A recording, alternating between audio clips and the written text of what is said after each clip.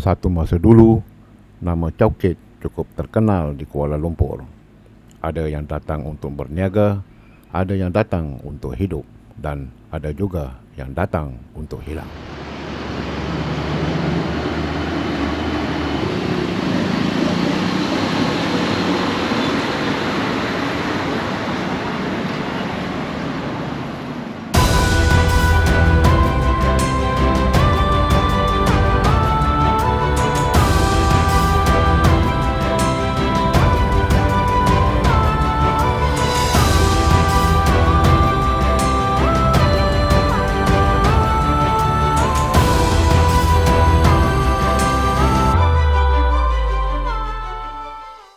Hari ini, kawasan ini masih hidup, tapi suasananya tidak lagi sama.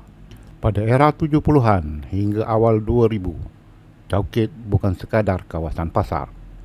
Ia antara nadi paling sibuk di ibu kota. Di sini semuanya bercampur, peniaga kecil, buruh, pendatang, dunia malam, lorong gelap, dan manusia yang cuba bertahan hidup.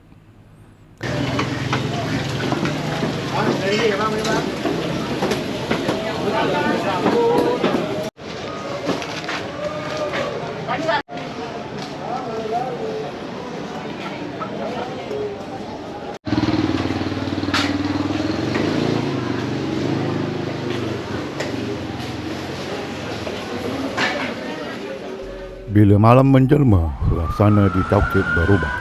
Lampu neon mula menyala, bunyi musik kedai lama bergema dan jalan-jalan kecil mula dipenuhi cerita yang tak semua orang sanggup dengar.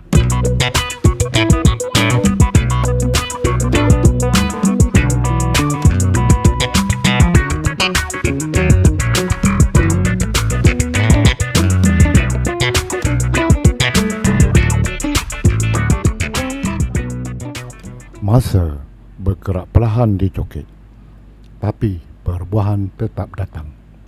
Bangunan lama mula kosong satu demi satu. Kedai-kedai lama hilang. Orang lama berpindah. Kawasan yang pernah dianggap keras kini semakin sunyi. Generasi baru mungkin hanya nampak pasar dan jalan sempit. Tapi bagi orang lama, setiap lorong di sini pernah ada kisah. Kisah kemiskinan, kisah jenayah, kisah survival, dan kisah manusia yang tenggelam dalam Kuala Lumpur.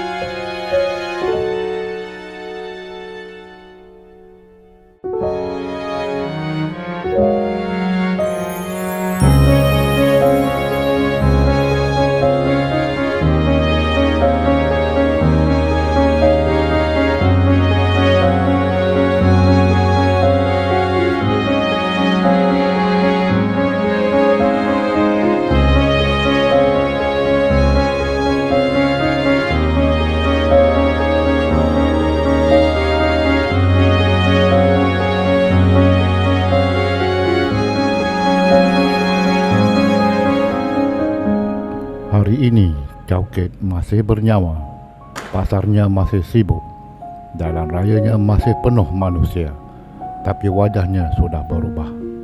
Di tengah bangunan lama, muncul hotel moden, kafe hyper, dan generasi baru yang mungkin tak pernah tahu sejarah tempat ini.